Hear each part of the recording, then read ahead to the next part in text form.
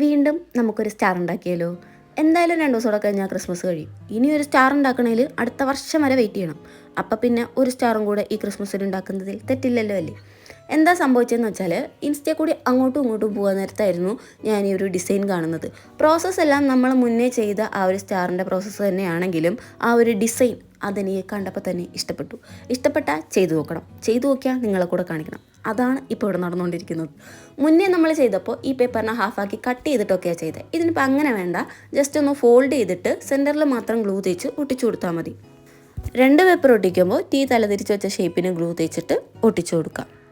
ഈ ഒരു സ്റ്റാറിൻ്റെ main satisfactory part വരുന്നത് ഇതിനിങ്ങനെ റൗണ്ട് ചെയ്ത് ഒട്ടിക്കുമ്പോഴത്തേക്കാണ്. അപ്പോൾ അതിനെ കാണുന്നത് നല്ല രസമാണ്. സംഭവം അടിപൊളിയല്ലേ? ഞാൻ ഈ ഉണ്ടാക്കിയ സ്റ്റാർ മൊത്തം വീട്ടിൽ തന്നെ തൂക്കിയിട്ടിട്ടുണ്ട്. ഈ ക്രിസ്മസ് തുടങ്ങിയതിന് ശേഷം എനിക്കിത് തന്നെയാണ് പണി. എന്തായാലും സംഭവം ഇഷ്ടപ്പെട്ടാൽ ലൈക്ക് ചെയ്യാൻ മറക്കണ്ട. അപ്പോൾ അത്രേ ഉള്ളൂ. Okay bye, Tata.